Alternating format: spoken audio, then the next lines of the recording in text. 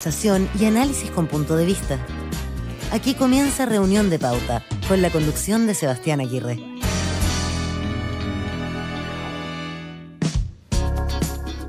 ¿Cómo están? Bienvenidos a Reunión de Pauta, los que se están sumando a nuestra sintonía aquí en la 100.5, 7 de la tarde. Gracias por acompañarnos al cierre de este día miércoles, mitad de semana ya, 12 de enero. Bienvenidos a nuestro espacio de análisis y de conversación, de debate también junto a nuestros panelistas que ya están conectados para comenzar la sesión de conversación del día de hoy. Le damos la bienvenida a Radio Pauta y a Reunión de Pauta a Magdalena Mervilá, historiadora y directora ejecutiva de Red Cultural. ¿Cómo estás, Magdalena? ¿Qué tal? Muy bien, Seba, aquí estamos. Gracias por acompañarnos. Con calor, pero bien. Bienvenida. Eduardo Olivares está junto a nosotros, periodista, doctor en Ciencia Política de la Universidad de Manchester, máster en Asuntos Internacionales de la Universidad de California, San Diego y editor general de Pauta. Bienvenido, Eduardo. Muchas gracias. Hola, Sebastián. Gracias por acompañarnos. Y nuestro equipo lo completa Nicolás Bome, economista, estudiante del doctorado en Economía de la Universidad de Massachusetts y director del Observatorio de Políticas Económicas OPES. Gracias por estar con nosotros, Nicolás. Hola, hola. Hola a todos y todas. Bienvenido junto a Nicolás, Magdalena, Eduardo.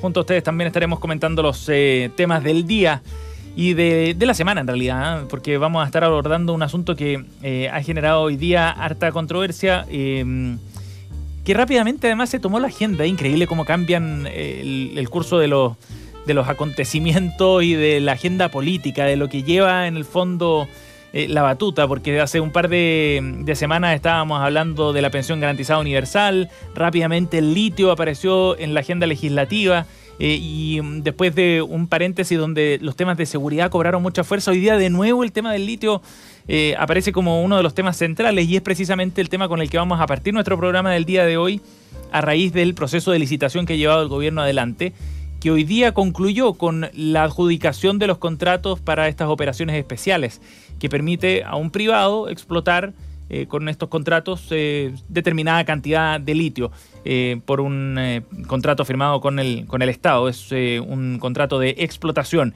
Y el gobierno hoy día confirmó que fueron 2 empresas. De las 5 que estaban interesadas, solo 2 se quedan con estos contratos. BID, que es una empresa china, y la empresa Servicios y Operaciones Mineras del Norte. La moneda detalló que el Estado va a recibir $121 millones por el concepto de asignación de estos contratos. Son cuotas de 80.000 toneladas más o menos cada una. Pero de todas maneras esto ha tenido todo un revuelo político, porque en la oposición han dicho que van a ir a la Contraloría al respecto, han presentado proyectos para detener este tipo de concesiones hasta que no se resuelva la nueva Carta Magna, por ejemplo. Hay harto que comentar sobre esto, pero partamos analizando lo que significa esta licitación. Nicolás, ¿cuánto crees tú que afecta esta licitación y la ratificación de estos contratos a las peticiones que tiene el próximo gobierno, los planes que tiene el próximo gobierno del presidente electo Gabriel Boric? Bueno, efectivamente es una situación compleja que se genere esta licitación entre gallos y medianoche, ¿cierto? Como hacia el final del gobierno, buscando dejar las reglas del juego amarradas. Estamos hablando de 160.000 toneladas que se asignan, que eso no es poco, porque tampoco la capacidad productiva es tan alta, tomando en cuenta los impactos ambientales que tiene la extracción de litio en los salares. Ajá. Entonces, yo creo que esto sigue profundizando en una cierta política de hechos de amarre que quiere dejar este gobierno en los últimos días de su administración. Y creo que desde el punto de vista del desarrollo económico es complejo, porque acá no hay ninguna estrategia de desarrollo detrás, y pensar cómo vamos a utilizar el litio desde el punto de vista de la diversificación productiva de nuestra economía. Ahí hay una conversación pendiente donde el gobierno actual no avanzó durante su administración, donde desde el gobierno entrante se propone una estrategia en torno a la Empresa Nacional del Litio y en torno a armar encadenamientos de valor, y donde ahora esto responde más bien, insisto, a un amarre hecho entre gallos y medianoche que no contribuye a pensar en el litio como un recurso estratégico y que puede contribuir a generar una nueva estrategia de desarrollo económico, que es lo que necesita sin duda el país. Ya, ahí hay dos aspectos entonces para ir comentando. Uno, la forma, el timing, digamos, y el otro, el desarrollo en sí del producto, digamos, de la industria más bien asociada al litio. Eduardo, ¿cómo ves tú esos puntos? Yo separaría precisamente, por eso mismo separaría los puntos. Ajá. Yo creo que hay una cuestión de procedimiento, hay una cuestión de oportunidad y hay una cuestión de fondo. En términos de procedimiento, el gobierno tenía todas las facultades para avanzar en esta licitación. Esta licitación o el concurso público se abrió en octubre, luego de que la Contraloría hizo la toma de razón de unas bases que ya habían sido, por lo tanto, puestas a ese criterio. O sea, no es algo que haya surgido entre gallos y medianoche en el sentido del procedimiento. Este mismo procedimiento es una prerrogativa del gobierno hacerlo, y así ha ocurrido con todos los gobiernos que han podido realizarlo de esta forma o de otras, pero es prerrogativa del gobierno. El gobierno optó por hacer válidas esas capacidades, ¿verdad? Y respecto de esos procedimientos yo creo que no hay cuestionamiento, ¿ok? Hay más bien un problema con eso, porque si se llegara a firmar un contrato antes del 11 de marzo, ojo, que no es tan simple, ¿eh? Porque las mismas empresas tendrán que pasar por unas etapas de evaluación ambiental. Sí. Tendría que ser un contrato del Estado. Pero luego hay una cuestión de oportunidad, y allí efectivamente el gobierno optó por hoy día entregarle los nombres, ¿verdad?, de las dos empresas ganadoras. Lo hace justo antes de que el ministro va al Congreso a exponer sobre la materia, y allí es una señal bien clara. Yo creo que más difícil es echarle agua nomás, ¿ok? De que el gobierno quería mostrar que esto se iba a hacer sí o sí, y luego además encima de haber tenido la reunión con los emisarios del presidente entrante. Y en cuanto al fondo, y esto lo digo muy breve para continuar la conversación, es cierto que falta una estrategia, pero esta estrategia ha estado faltando desde hace al menos 10 años. Es una responsabilidad de al menos todos los 3 gobiernos previos, más este. Y que un nuevo gobierno establezca una nueva estrategia, una nueva propuesta, cuestión ciertamente muy legítima, significaría también mucha demora en saber qué vamos a hacer con el litio. Magdalena. Sí, ahí yo estoy de acuerdo con lo que plantea Eduardo, que están estas 3 dimensiones, y sobre todo me voy a concentrar en la última, porque efectivamente si esa demora venía y que vendría, si es que no se hace esto de este modo, eso implica que hay muchas posibilidades, porque hoy día sobre la mesa está la posibilidad de reemplazo del litio. O sea, el litio es un potencial que nosotros tenemos hoy día, pero que probablemente si nos demoramos puede que no sea mañana. Ya nos pasó con el salitre. Entendamos que la decisión política de no vender salitre en un momento, que está bien, tenía todas las razones políticas en su minuto y era complejo, en fin, todo lo que uno quiera analizar, pero esa negativa implicó la invención del salitre sintético y la pérdida del nitrato, y literalmente tuvimos que entubarnos el salitre. Entonces las posibilidades de entubarse el litio estaban presentes. O sea, ahí también hay un tema, porque claro, uno puede decir innovación, ya perfecto, pero si estamos con problemas digamos, para financiar un montón de cosas, el poder financiar digamos, y desarrollar esta empresa que se quiere estatal, implica también desviar de recursos. Hay mucha ambición de hacer muchas cosas. Por lo tanto, pareciera ser que el camino más viable y el camino más corto, de todas maneras, es la licitación. Ahora, que sean ellos, bueno, van a tener que pasar por todas las cosas, pero tampoco es algo que no sabíamos que se venía. Pero el deseo de que sea una empresa estatal pareciera ser que con las vacas flacas económicas implicaría mucha demora, y podría ser que efectivamente nos quedemos sin pan ni pedazo. O sea, ¿tú ves compatible el avanzar en la licitación y al mismo tiempo llevar adelante el plan, digamos, que tiene el gobierno de Gabriel Boric? Bueno, pero si existe en el cobre, en el fondo, empresas privadas, y existe también Codelco. Lo que pasa es que el plan B, que lo que están planteando, no se hace mañana, no se hace en marzo, no se hace en abril, no se hace en el primer año, probablemente no se hace en los 4 años. Nicolás. A ver, yo creo que efectivamente esto genera una dificultad, no voy a decir que imposibilita lo que se ha propuesto hacia el futuro, pero efectivamente, primero hay una opacidad, o sea, tampoco sabemos bien todos los contenidos,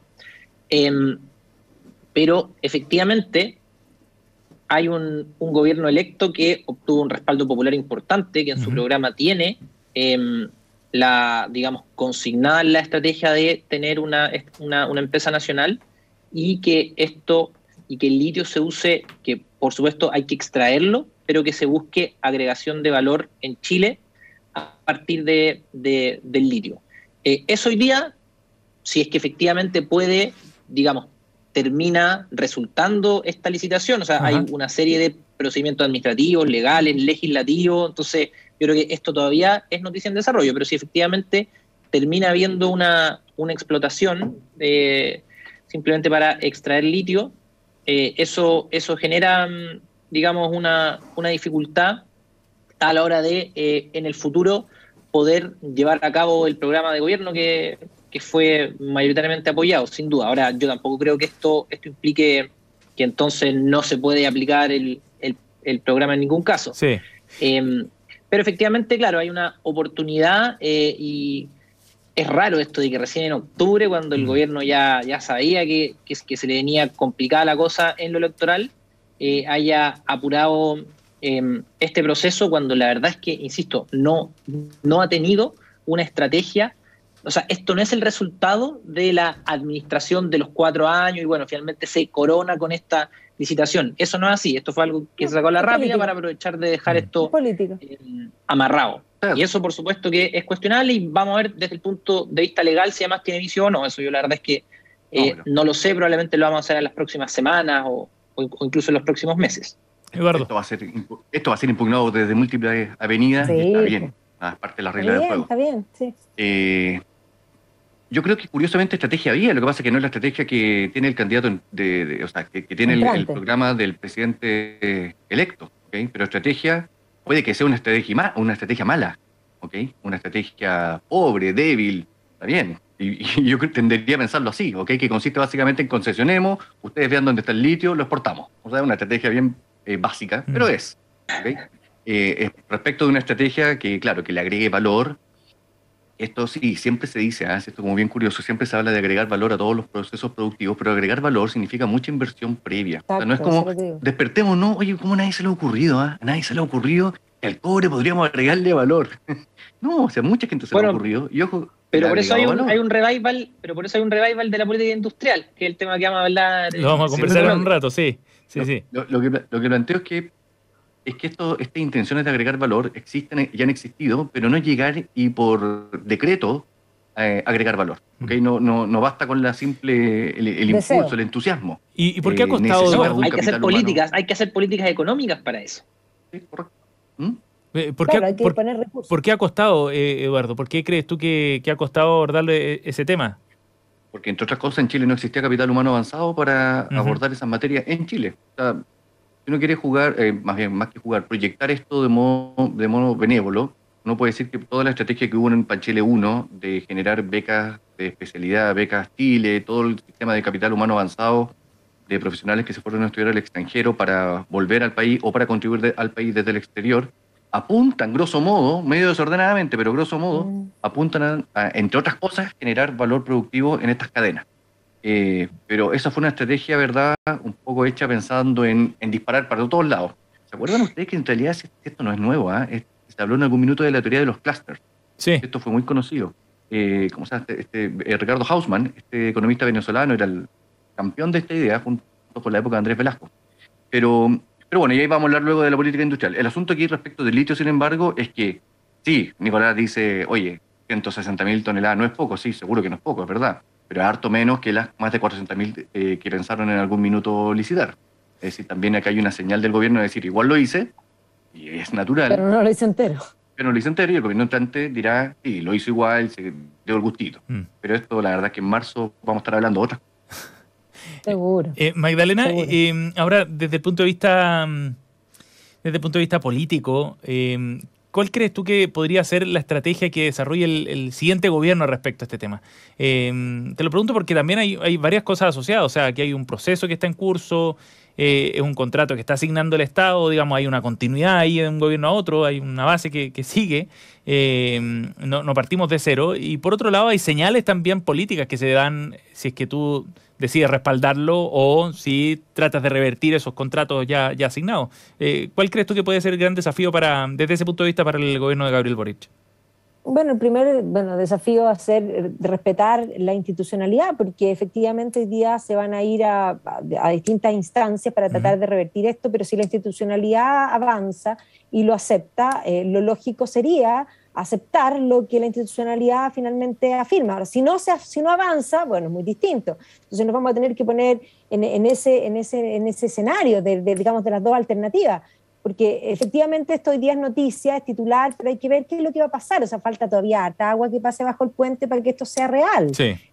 O sea, efectivamente hoy día es un remesón, pero yo no tengo duda y espero que sea así. Por supuesto que el gobierno entrante, si toda la institucionalidad lo acepte también. Eso es lo que implica ser republicano y democrático. De lo contrario, no funciona. Imagínate que cada uno decidiera no respetar la institucionalidad. Bueno, eso explica el fin de la democracia como concepto.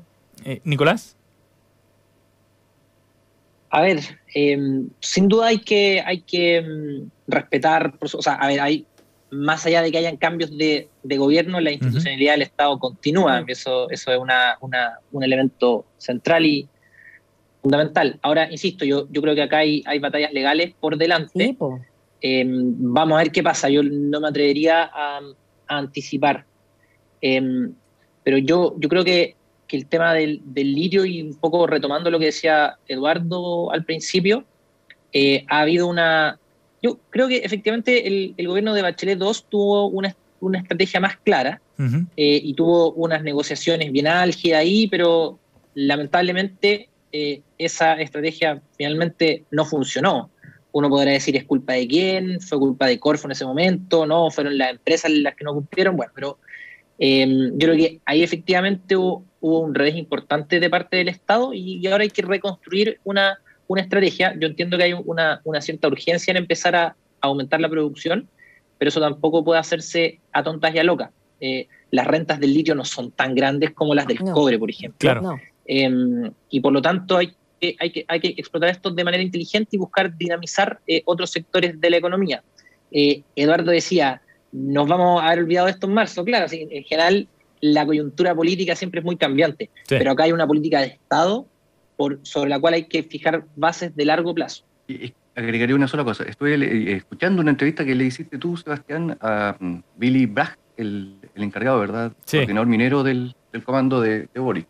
La escuché completa. Ajá. Y yo creo que como conclusión de esa entrevista que le hizo en CNN, era que saben que tienen pocas herramientas para invalidar desde ellos, ¿okay? Más allá de otros agentes que puedan realizar algunas acciones judiciales o administrativas, pocas herramientas para cambiar.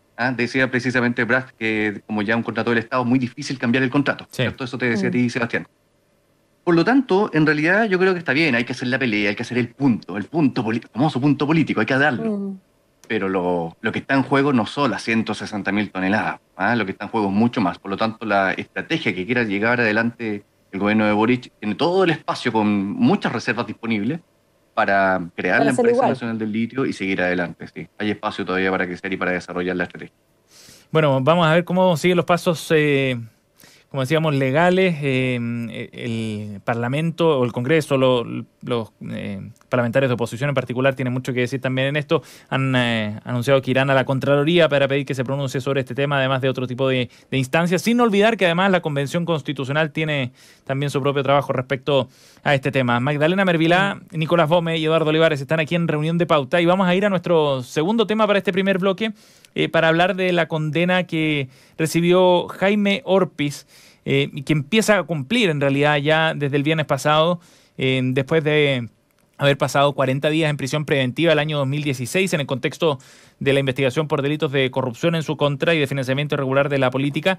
Esta vez vuelve ya condenado por un periodo más extenso, por cierto, después de haber sido notificado por el cuarto juzgado de garantía de Santiago. Son 5 años de prisión los que va a pasar Jaime Orpiz finalmente recluido. Este fallo fue unánime el pasado 6 de enero. Así la Sala de la Corte de Apelaciones de Santiago rechazaba el recurso que había presentado Jaime Orpiz, la defensa del ex senador, confirmando su sentencia.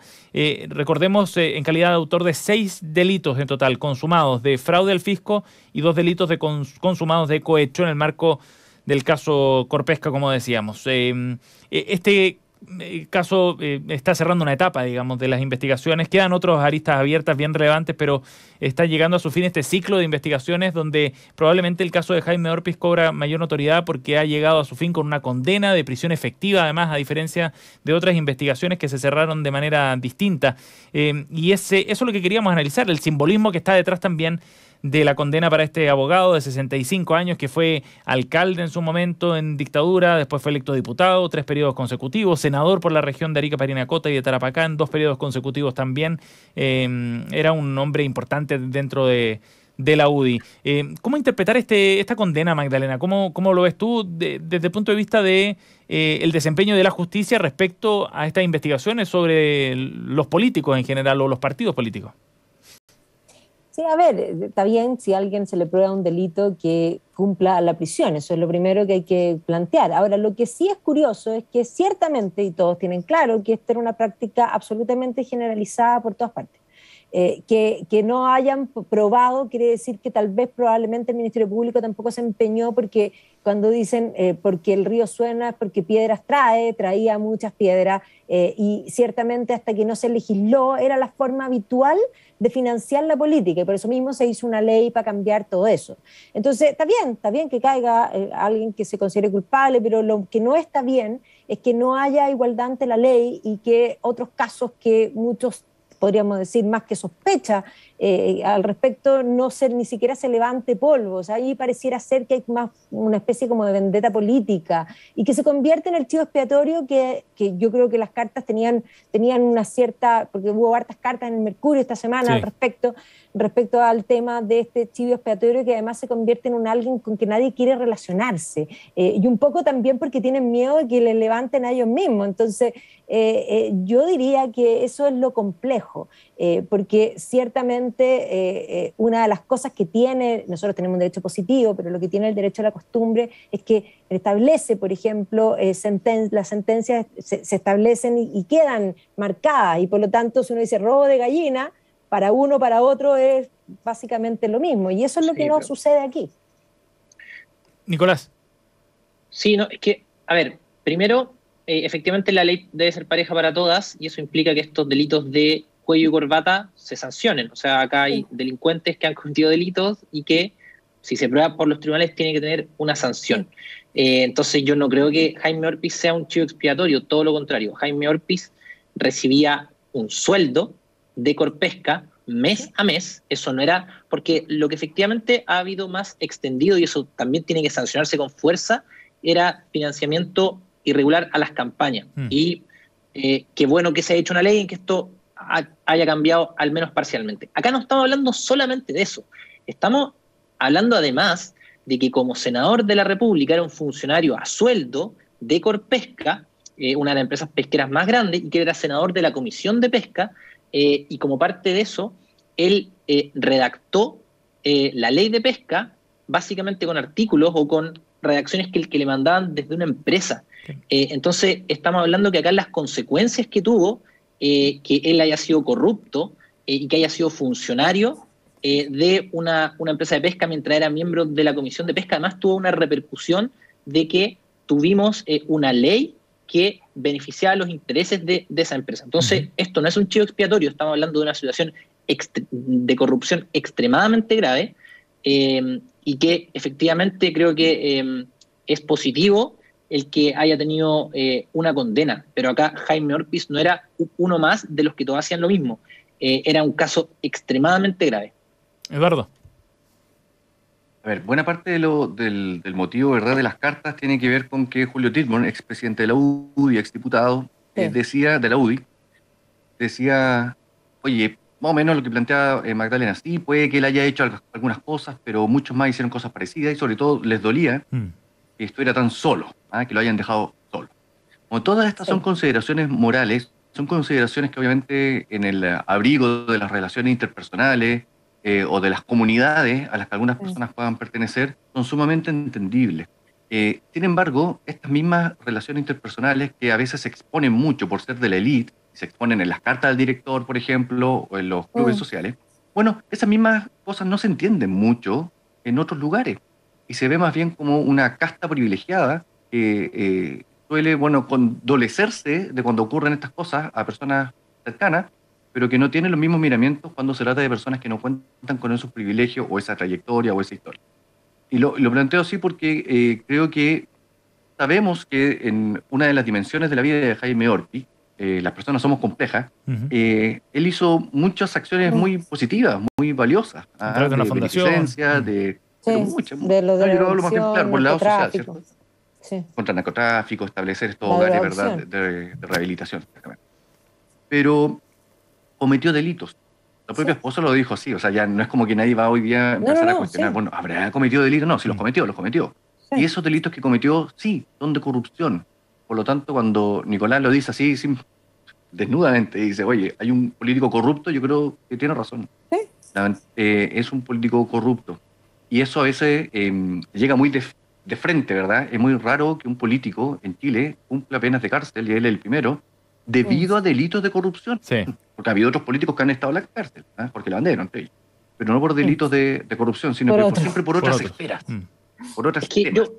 Yo creo que el punto acá, y en la línea de Eduardo, yo también creo que toda persona tiene derecho, digamos, a que incluso si cometió un delito, si cometió hechos de corrupción, tiene por supuesto derecho a seguir teniendo una familia que lo respalde, amigos que lo quieran, que lo vayan a ver. O sea, eso yo creo que está fuera de la discusión. El punto es que eso no es un argumento para el debate público. O sea, yo creo que Julio Ditborg y otros no tienen nada que estar defendiendo públicamente a Jaime Orpi diciendo, oye, no, es que sabes que igual es una buena persona. Eso está bien que él lo crea, yo no tengo por qué no creerle que hizo buenas acciones en otros planos de la vida, pero creo que es complejo que se confunda el plano privado de las relaciones interpersonales con este plano más público, porque es donde efectivamente, y como dice Eduardo, se confunde un poco el relato de los privilegios. Cuando hay personas, por ejemplo, condenadas por narcotráfico y van a la cárcel, yo no veo cartas al director de sus amigos diciendo que, oye, pero sabes que en realidad él también hacía cosas buenas y se ha sido muy duro con esta persona. Eso sería un escándalo si es que el Mercurio publicara una carta al director de esas características, porque es algo que no tiene sentido en el debate público. Entonces creo que acá... No, porque es distinto, porque son personas públicas. Tendría que ser una persona pública para que... ¿Cuál es la señal que se manda ahí, Nicolás? Yo creo que la señal que se manda es que efectivamente sigue habiendo una doble vara con la que se miden diferentes tipos de delitos, al menos de un sector de la sociedad, que no necesariamente tiene que ver con la izquierda y la derecha, pero creo que todavía hay una lógica quizás un poco elitaria, en donde este tipo de delitos de cuello y corbata, al final del día todos decimos, sí, son delitos, son malos, son condenables, pero al final del día igual tiende a funcionar una suerte de ponerse en el lugar del otro, que no funciona para otro tipo de delito. Magdalena. Yo creo que hay que separar los planos. Depende, porque yo creo que en una lógica, tomando esa lógica de, digamos, de que los delitos son como vistos socialmente, de tratar de atenuarlos desde un sector político, que es lo que está planteando un poco el Nico, yo diría que la izquierda tiene eso mismo respecto, por ejemplo, lo podemos llevar a una cosa diferente, no a cuello y corbata, pero, el tema del indulto de los presos. Yo dije que no creo que tenga que ver con un sector político, en todo caso. No, por eso, pero a lo que voy es que yo creo que no es algo de izquierda y derecha. Ya, por eso, pero tratar de explicar o tratar de contextualizar el delito por una razón, decir, porque fue por razones, en el fondo, políticas para generar el cambio, da lo mismo por qué razón lo hiciste. Destruiste o robaste, y eso es un delito, y punto. Entonces, esa misma lógica que se aplica en un lado no se aplica en el otro. Entonces yo diría que ahí está el punto. El delito está claro, y yo creo que aquí las cartas apelaban más a la parte humana de básicamente de una acción humana muy propia que frente al hombre caído es como yo no lo conozco. ¿Ya? Es como esa cosa que apelaba a eso, más que a que lo saquen libre. No era que lo saquen libre, no era que le quiten la condena, que vaya a la cárcel. Pero lo feo es de pronto decir, así como San Pedro, no, yo no lo conozco. Negar 3 veces, que es algo muy propio del ser humano, y por lo mismo ese pasaje está en la Biblia, un poco para demostrar que frente al que se ensalza, todos aplauden y todos son amigos. Y frente al que cae, el abandono es lo que sucede. Yo creo que las cartas apelan más a eso, que es algo muy humano. Bueno, eso es cierto, muy humano. Y como es muy humano, esto es bien global. Es decir, cuando hemos dicho ya a esta altura de que ser presidente de Perú es un trabajo de alto riesgo, porque todos terminan después perseguidos por la justicia o en la cárcel, derechamente, revela, ¿verdad?, que esto es bien transversal. Uno dirá, entonces es una cosa de tercermundismo. No, Corea del Sur, los últimos 2 presidentes antes del actual han pagado penas de cárcel. Lee Myung-bak, el que estuvo a fines del año 2000, sí, él está pagando una pena de 15 años de cárcel. Y Park Geun-hye, que es la predecesora, la presidenta previa al actual presidente, acaban de liberarla, le dieron el perdón presidencial y salió justo antes del año nuevo de prisión, pero iba a pagar más de 25 años de cárcel. ¿Okay? Entonces estamos hablando de presidentes, ¿okay? Sin mencionar todos los casos que hay en Estados Unidos. En Estados Unidos estas cosas es de siempre. No, aquí sí te cocinan. De siempre. Es bien global, bien humano, pero yo creo que, bueno, si hay que quedarse con algo, lo bueno es que, independientemente de quién se trata, está pagando lo que corresponde. Sí, claro, y efectivamente está en la cárcel Jaime Orpiz, uno de los casos probablemente más simbólicos, más notorios también de estas investigaciones por el resultado que tuvo de financiamiento irregular de la política y por casos de corrupción en nuestro país. Estamos junto a Eduardo Olivares, Nicolás Bome y Magdalena Mervilay. Es momento de ir a la pausa, 7:31. ¿Cómo debe quedar establecido el derecho al agua en una nueva constitución? Pauta y la Facultad de Comunicación de la Universidad de los Andes nos hemos unido para crear Watchdog Pauta, que es un servicio de fact-checking con muy buen olfato. Lo encuentras cada viernes en las plataformas de Pauta. Y tenemos una invitación que hacerles. Pueden ver en pauta.cl Derecho a la Convención, un programa dedicado al análisis jurídico del trabajo que desarrolla la Convención Constitucional. Vamos al corte y volvemos.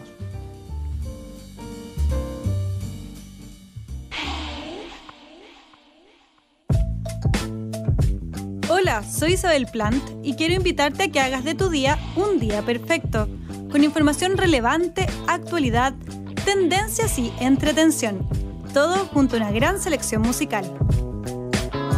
De lunes a viernes, a partir de las 9:30 de la mañana, escucha a Isabel Plant en Un Día Perfecto. Conversa con nosotros en redes sociales y profundiza la información en nuestro diario digital pauta.cl. Pauta, hablemos de verdad. Hola, soy Verónica Schmidt y quiero invitarlos a que se informen sobre el mundo de la construcción, el rol social de los empresarios, la relevancia de las regiones y todo lo que ocurre en la ciudad. Todos los sábados al mediodía, escucha Café de la Construcción. Conduce Verónica Schmidt. Conversa con nosotros en redes sociales y profundiza la información en nuestro diario digital pauta.cl. Pauta, hablemos de verdad. Todas las tardes, de lunes a viernes a las 8 p.m., Christian Warnken nos invita a pasear con él y con sus invitados en su jardín. Media hora de conversaciones y reflexiones. Una invitación a regalarnos una pausa en medio del tráfago de todos los días. No dejes de escuchar los sonidos y palabras de Desde el Jardín en Radio Pauta. En Pauta, escucha, lee, sigue y vive las noticias. Conversemos de lo que realmente te interesa. Actualidad, negocios, cultura, deportes, ciencia, tendencias y más. Pauta, hablemos de verdad. Actualidad, conversación y análisis con punto de vista. Estás en Reunión de Pauta. 7:34, nuestra efeméride marca el inicio del segundo bloque de Reunión de Pauta en este día miércoles. 56 años. La música ya adelanta de lo que hablamos, ¿no? Es característica. Hace 56 años que se estrenó en Estados Unidos la icónica serie Batman, comedia infantil estadounidense de aventuras y fantasía, emitida primero por la red televisiva ABC entre 1966 y 1968. Tuvo un total de 3 temporadas, 120 episodios. Esta serie que gira en torno a las aventuras que viven en su lucha contra el crimen Batman, interpretado por Adam West en aquel entonces y su ayudante Robin en Gotham City. El éxito de la serie desató lo que se conoció como la Batmanía en ese momento, creando un impacto en la cultura pop por su música, su estética también y la forma en la que narraba estas historias. Y recordamos este episodio, este hecho aquí en Reunión de Pauta, los 56 años desde el estreno de la serie Batman. ¿Puedo hacer un examen acá? Eduardo Olivares, adelante. Un examen de experiencia. Nicolás, ¿vos me conoció esa serie usted? ¿Cómo? ¿Conociste esa serie tú, Nicolás? La serie de la que hablaba... Yo tampoco, yo tampoco, me echo el agua al tiro. Tú tampoco, Pero o sea, espérate, era bien guataca, era un guataca último. Y además, nada que ver con el glamour del Batman de segunda generación, pero además lo genial era cuando se pegaban combos, salía así como punch. Claro, una expresión. Eso sería una onomatopeya gráfica, algo así, ¿no? Sí, era como, tenía esa cosa del cómic, pero hoy día si la vieran les parecería graciosísimo, porque encuentro que el Chapulín Colorado y Batman eran bien parecidos en cuanto a indumentaria, o sea, una cosa muy, muy poco glamoroso, o sea, nada que artesanal, ver. Un tanto claro, artesanal. Cuando apareció Batman primero fue Val Kilmer, que ya lo cambió, después Keaton, y claro, y después ya se puso... Keaton fue primero, sí. Claro, Michael Keaton, después Val Kilmer y después, bueno, Christian Bale, que para mí es absolutamente lejos el mejor, porque Ben Affleck, nada. Oye, lo mejor de esa serie de Batman en todo caso era el baile medio agogó de Adam West de repente, con su traje y todo. Era bien chistoso, en verdad, bien era como bien ridículo. Sin Power, pero en Batman.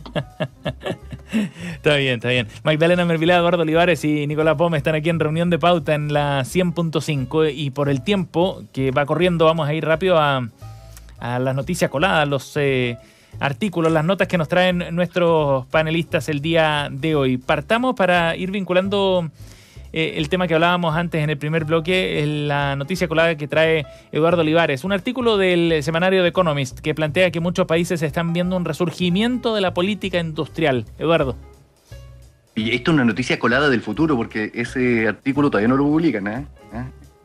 Pero viene mañana, ¿no? Viene el 14, en 2 días más. 2 días. Bueno, lo que muestra ese artículo es un especial de The Economist, donde está hablando más bien de cómo viene la intervención. De hecho, en la portada ponen un dibujo como de un manubrio de un automóvil de estos de carrera, con las 2 manos del piloto, y arriba de esas 2 manos, bueno, la mano de alguien más, que te está indicando que te vayas para otro lado. Esa mano de alguien más es el Estado. Esto es un tema que le encanta a Magdalena Mervilá, estoy seguro. Y lo que está planteando este especial, que no es novedoso, esto lo ha planteado el mismo Fondo Monetario Internacional hace un par de años, es que la economía, a partir de la crisis subprime del 2008-2009 y sobre todo después de la pandemia, ha dado un giro importante y hoy día se habla más que nunca de la denominada política industrial. A muchas personas esto le parece muy novedoso. La política industrial, ¿verdad? El Estado te indica en qué sectores los privados o el mercado tienen que invertir o tienen que dirigir, bueno, todos sus esfuerzos. En la pandemia, esto fue sobre todo acuciante cuando se decía dónde se fabrican las mascarillas o los ventiladores, ¿se acuerdan ustedes, mecánicos? Juan Sutil tenía que ir a negociar no sé dónde en China. Bueno, si Chile hubiese producido ventiladores mecánicos, otra historia hubiera salido de esto. Así como ocurrió con la pandemia, se está hablando de numerosos otros sectores. La autora célebre, de alguna manera se le señala, ¿verdad?, como la gran precursora teórica de esta nueva ola de pensamiento es Mariana Mazzucato, una italiana norteamericana que enseña en Inglaterra. Entiendo que iba a ser también la supervisora de los estudios de posgrado de Giorgio Jackson en caso de que él se hubiera ido a estudiar. Sí. Y ella tiene esta idea de hablar de misiones, ¿okay? En vez de hablar de objetivos de Estado, habla de misiones. Entonces, lo que plantea ella es que los estados, los gobiernos, tienen que, a través de unas múltiples generaciones de diálogo, de consulta interna, bueno, elegir sectores donde no solo hay que ser competitivos para ganar plata, sino que ella, más que eso, dice que tienen que ser sustentables ecológicamente y socialmente más justos. Hay toda una nueva conceptualización de qué se entiende por progreso y desarrollo. Y eso hoy día está de la mano de las políticas industriales y están siguiendo los países de todo signo y tipo. China es para algunos una guía, pero para otros no tanto, por otro motivo. Y lo están siguiendo políticos de todo cuño. Es decir, buena parte de los inspiradores de las políticas proteccionistas de Donald Trump promueven esto. Lo mismo que Mazzucato, que está a la izquierda. Entonces esto está ya bastante transversal. Magdalena, ¿qué te parece el tema? No, es interesante saber si yo no digo que el Estado no pueda tener ningún rol, yo no soy anarquista, en ese sentido no, pero sí me da un poco de susto de volver como un poco a esta idea de intentar producir de todo. Me parece bien que al menos elijan, porque efectivamente la sustitución de importaciones fue una de las pésimas y malas políticas que se hizo en todos los sentidos, porque los productos eran más malos, eran más caros, y básicamente el que más perjudicado es finalmente el consumidor, o sea, ¿quién paga en el fondo esa ineficiencia en precio y en calidad? Bueno, el consumidor. Entonces eso también hay que tenerlo en cuenta. O sea, es más, o sea, tampoco yo creo en las ventajas absolutas. Las ventajas son relativas y depende de cada momento.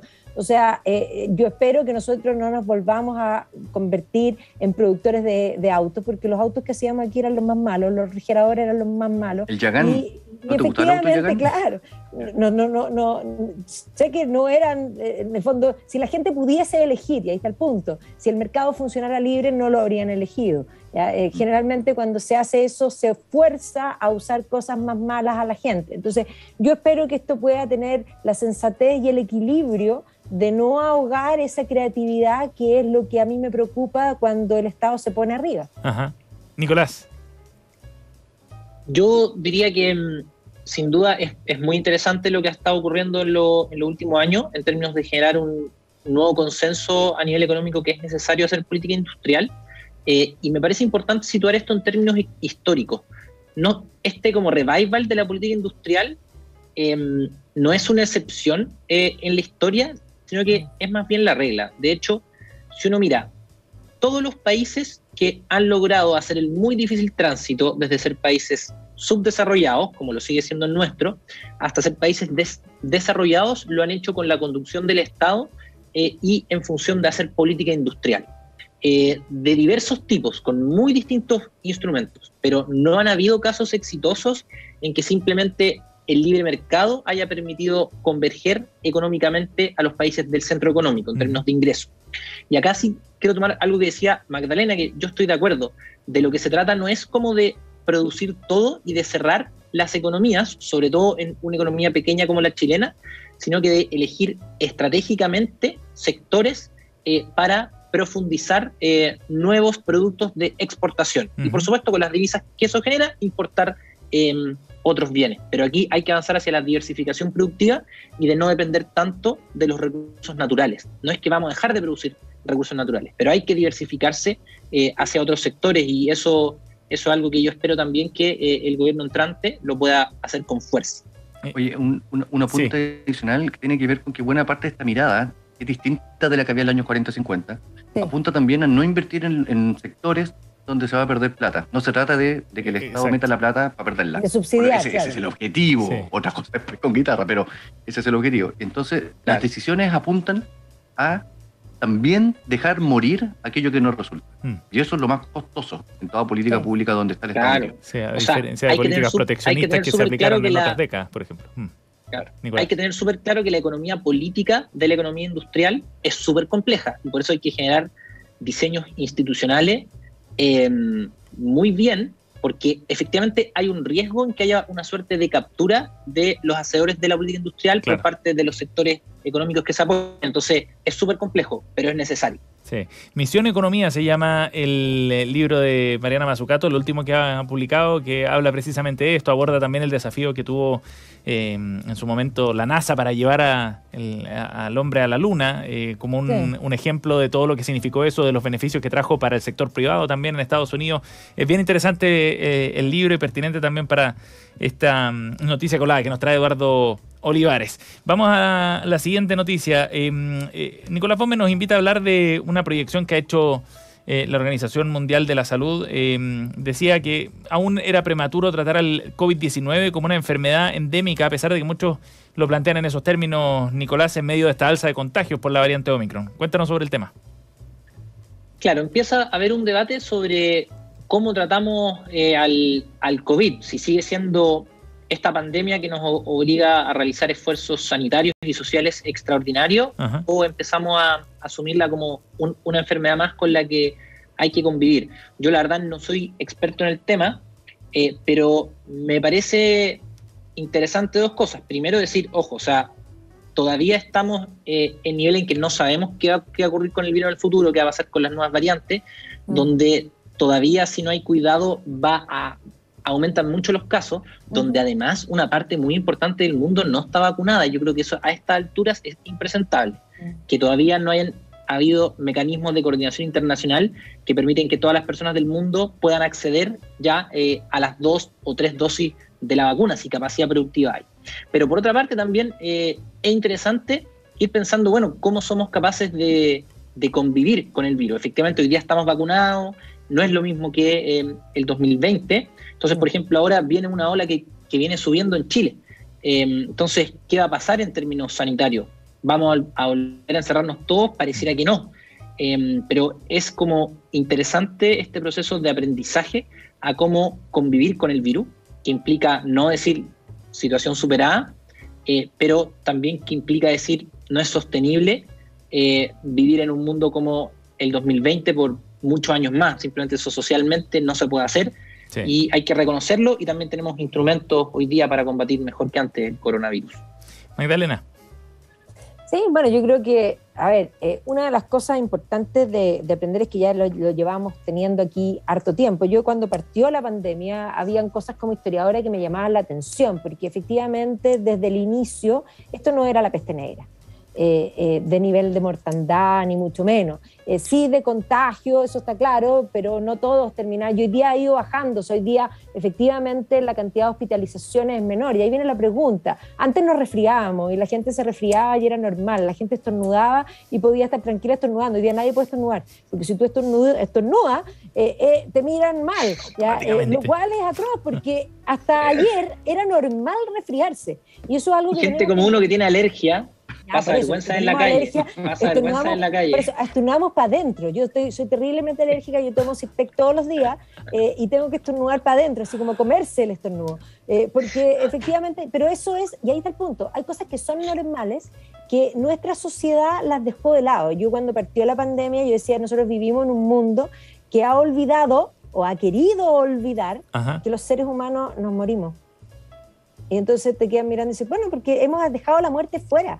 Al punto que nosotros vamos al supermercado, compramos un pollo envasado, pero ya no tenemos que darle la vuelta al cuello a la gallina y sacarle las plumas. Antes la gente convivía con la muerte y la muerte era normal. Hoy día hemos convertido a la muerte en algo que no queremos escuchar, que no tiene que existir. Y la muerte es absolutamente natural. Entonces ahí hay un punto que yo creo que es psiquiátrico, pero de nuestra generación, que está muy mal. Eduardo. Y hay también toda una lógica ideológica alrededor de esto también, porque en Nueva York, por ejemplo, ya el nuevo alcalde Eric Adams dijo, ya no voy a cerrar nada más. No venga incluso el tsunami, no se cierra Nueva York de nuevo. Y de pronto, de un día para otro, las mismas personas, ¿verdad?, que con Donald Trump cuestionaban toda su política, porque consideraban que obviamente estaba cerrando las oportunidades, en fin, los demócratas, digo, ahora apoyan todo lo que propone Eric Adams o Joe Biden al respecto. Mira, para que ustedes sepan, primero, en Estados Unidos, las personas que tienen COVID, al 5.º día, si no han tenido síntomas, pueden volver a su vida normal, sí, con mascarilla, pero al 5.º día. Imagínense, antes hablábamos 14 días. 14, claro, sí. Bueno, ahora al 5.º día, aquí en Nueva York, si tú tienes, Sebastián, tu hijo, ¿verdad?, en el colegio y tú tienes COVID, y tú tienes COVID, pero tu hijo no tiene ni un síntoma, lo puedes mandar. Como va cambiando todo, Lo puedes mandar, o sea, experiencia propia. Salvo que el niño tenga COVID, en cuyo caso se tiene que quedar en la casa. Un poquito, mucho igual me parece eso. Bueno, pero para que veas cómo va cambiando. Pero eso, es como una señal de cómo se va. Pero además, Nicolás, va en la línea de lo que tú planteabas. O sea, que esto se tiene que ya normalizar. Precisamente porque ya las curvas de contagio y las curvas de muerte ya se desalinearon. Es que las curvas de muerte cambiaron también, eso también es importante tenerlo en cuenta. También. Vamos a la última noticia con la de Magdalena Mervilá, porque se nos va el tiempo rápidamente, pero es súper interesante esta historia y me recuerda a otra que ya había traído Magdalena en otro momento. De acuerdo al diario El País, el historiador de arte Christopher Wright descubrió que tiene en su casa un cuadro auténtico de Anton, no sé si va a decir bien su apellido, Van Dyck, el cual compró por 80 euros. Y se dio cuenta así de la nada. Magdalena, cuéntanos. Van Dyck, perdón. A ver, Van Dijk, y aquí es importante plantear que pasó, aunque es un holandés, pasó gran parte de su carrera tanto en España como en Inglaterra. Entonces, cuando uno va a la National Portrait Gallery, los mejores cuadros de Van Dijk están en Inglaterra, porque además es el pintor que va a pintar a Carlos I, entonces efectivamente ahí va a ser como el emblema. Y tiene una técnica muy particular. Y esto, a mí me gustó la noticia porque los que somos asiduos de cachurear, que nos gustan las antigüedades, yo voy muchísimo al Parque de los Reyes y uno de pronto encuentra algo que en el fondo tú lo ves y cuando empiezas a entender de ciertas cosas, tú dices, esto es bueno. Y muchas personas no tienen ni idea de lo que tienen, ni de lo que venden. Y por lo tanto, efectivamente, claro, eso es parte del mercado, no es que nadie engañó, él lo compró en un precio porque tampoco se sabía y hoy día él está convencido, claro, particularmente en su estudio, porque en ese entonces era jovencito y además, ojo, que es bien importante aquí la parte romántica, él se gastó gran parte de su sueldo en esto que le gustó, ¿ya? Y le gustó porque lo encontró bueno. ¿Ya? Y efectivamente en el tiempo se fue dando cuenta, porque eso es algo que lo tienen colgado en su casa, o sea, quien tiene colgado un cuadro así que no sea alguien coleccionista, que tenga todos los recursos, lo compró para su bolsillo caro, pero para lo que es hoy día inmensamente barato. Tremendo. Ahora, ¿cómo prueba finalmente que esto es? Y por eso la noticia decía que esta es una noticia verdadera que no podemos probar, porque en estas cosas de arte son los peritos se demoran muchísimo en afirmar y a veces se afirma, como en el caso del último Da Vinci, por ejemplo, que se vendió el cuadro más caro que se vendió en Christie's y que lo compró un jeque, y que cuando lo quiso poner en el Louvre no quiso porque efectivamente las dudas aún están. Y las dudas van a estar porque no le podemos preguntar al muerto, no le podemos ir a preguntar a Van Dijk, ¿usted pintó esto? Obvio que no, sí. ¿ya? Pero evidentemente ahí uno se da cuenta cuántos tesoros hay, y voy a decirlo así, en los lugares que uno considera de cachureos o de basura, donde van a morir las cosas. Y entonces, efectivamente, y podríamos decir que ese mercado del reciclaje recicla también tesoro. No sé, a mí me encantó porque está bonito eso, sí. Inmensamente romántico. Sí, claro, fue un amigo de él, conservador de arte europeo de un museo, quien se dio cuenta o se quedó observando el retrato y le llama la atención esto, ¿no? Claro, tienen que haber conversado mucho juntos porque él Seguro. ya debe haber atisbado que esto era bueno, pero fue el detalle de las manos. Porque efectivamente hay ciertas técnicas de la pincelada, que dejan ciertas características de que podría ser. 30 segundos para el comentario, Nicolás, porque si no nos quedamos sin tiempo para los datos al final. No, yo solo una pregunta o una hipótesis alternativa de puro mal pensado y para jugar nomás. Dale. ¿Qué pasa si en vez de toda esta cosa romántica, ves toda una gran estrategia para decir que esto era de Van Dijk y después vendérselo a algún incauto? No. ¿Eso es imposible? No, porque lo regaló. Sí. No te creo. Lo regaló. Perdón. Lo regaló no me di cuenta, a un museo. No me di cuenta. Ya, entonces ok. No, extraordinario. Entonces, es todo verdad esta historia. Se rechaza la hipótesis. Eduardo. Oye, mira, un grabado de Alberto Durero, Virgen y el Niño con una flor del siglo XVI. Una pintura, un ex homo de Caravaggio, vamos a ver si este es cierto o no, del siglo XVII. Y la adoración de los magos de Rembrandt, también del siglo XVII. Estoy hablando de 3 pinturas redescubiertas que serían de esos autores solamente el año pasado y todas puestas luego en subastas de todo tipo. El mercado de los hallazgos, redescubrimientos, es un mercado fabuloso, sí. Y todos los años hay, así como la pieza que nos trajo Magdalena, unos nuevos descubrimientos. La noticia está en el diario El País. Hay una buena crónica por si quieren revisar la noticia colada de Magdalena Mervilá. Nos quedan 3 minutos de programa, así que 1 minuto para cada uno de ustedes para los datos y recomendados con que cerramos siempre reunión de pauta. Nicolás, ¿qué nos traes hoy día? La mía hoy es relacionada con el tenis. Tenemos en este momento 3 chilenos compitiendo en la quali del Abierto de Australia. Les ha ido muy bien. Hoy día Daniela Seguel juega la segunda ronda de la quali. Mañana Alejandro Tavilo y Tomás Barrios juegan ya tercera ronda de la quali, el último partido para entrar. Podemos tener un muy buen año del tenis chileno este año. Seguel no hizo tan buen año el año pasado, pero Tavilo, Barrios y Nicolás Yarri, que viene volviendo, podrían meterse dentro de los 100 primeros, así que hay que estar atentos. Ajá. Y la próxima semana, en Concepción, en el Club Bellavista de Concepción, creo, se juega un Challenger, un torneo Challenger. Tavilo y Barrios están inscritos, no se sabe si van a poder llegar porque están ahora en Australia, pero al menos juega Gonzalo Lama también, que le anduvo bien el año pasado. Así que a los que nos gusta el tenis, a estar atentos, el León. Y pueden venir buenas noticias y van a haber muchos torneos en Chile este año. Sí, qué entretenido en todo caso como panorama de verano también, para los que estén veraneando cerca de Concepción, sí. Quizás escaparse a estos torneos de tenis o de fútbol, cualquiera, yo creo que tienen otro Son baratos, otro sabor valen 5 lucas, además, 7 lucas la entrada, sí, y sí, se ve muy buen tenis. Sí, definitivamente. Buena recomendación la de Nicolás Fome. Eduardo.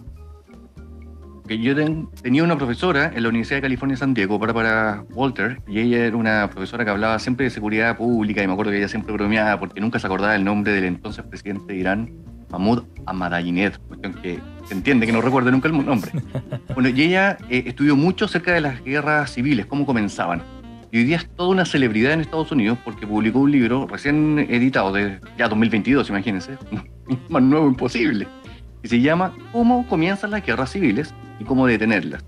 ¿Y por qué es tan celebérrima en este minuto? Porque toma buena parte de lo que ha sucedido con el asalto al Capitolio y la emergencia de Donald Trump como posibles antecedentes que podrían indicar algunos de los factores que ella ha investigado de aquellos que terminan causando guerras civiles en los países. Ahora, lo traslada a Estados Unidos, el tiro es bien largo, es una sociedad además traumada todavía con la guerra civil del siglo XIX, pero claro, entrega varios argumentos, no todos son muy convincentes, y sin embargo hoy día es una lectura que yo recomendaría para que quien le interesen estos temas, ¿verdad?, se ponga al tanto de lo que está sucediendo ahora en Estados Unidos en el debate. ¿Cómo se llama la autora, Eduardo? Bárbara Walter. Bárbara Walter, el recomendado de Eduardo Olivares, tema que ayer abordábamos aquí en Reunión de Pauta también, bien interesante, y es impactante en verdad hablar de ese tipo de cosas, ¿no? Así como guerras civiles, ni más ni menos. Magdalena, tu dato para terminar. Ya, yo traje algo, nada que ver conmigo, ustedes van a sorprenderse de lo que traje, pero ya que hablaron de Manubrio en la portada, ¿no es cierto?, de tu artículo, y estábamos hablando de deporte, yo les voy a recomendar a los que les gusta la Fórmula 1 que se compren para el PlayStation 4 el manubrio con los pedales, porque se los acabo de regalar a mis hijos y tengo que decirles que es fascinante. O sea, cuando me tocó mi turno, ahora es súper difícil, pero cuando ya la agarrás en la mano es fascinante porque va ahí, pero hecho una corneta extraordinario. Yo creo que sería buena corredora de Fórmula 1, fíjate. ¿En serio? Debe ser medio adictivo, eso sí, ¿eh? Súper adictivo porque además, bueno, el costo de chocar no es muy costoso, pero es un muy buen simulador, sí. Y efectivamente sentí los pedales, el manubrio se siente muy real, los pedales también. Es súper difícil acelerar y frenar con pies distintos porque en la Fórmula 1 se hace así. Entonces tenéis que estar un buen rato practicando, pero cuando ya le agarraste la mano es extraordinario. Así que súper buen panorama. Buena recomendación y distinto además. Magdalena Mervila, Eduardo Olivares, Nicolás Fome con los recomendados para el cierre de Reunión de Pauta. Muchas gracias a los tres, que estén muy bien. Muchas gracias. Un abrazo. Chao. Nos vemos. 3 minutos faltan para las 8, ya está listo Cristian Barken. Viene desde el Jardín, aquí en la 100.5. Hoy hará un monográfico sobre el escritor francés Michel Houellebecq en unos minutos, aquí en Radio Pauta. Gracias por acompañarnos. Hasta mañana. Acabas de escuchar una hora de conversación y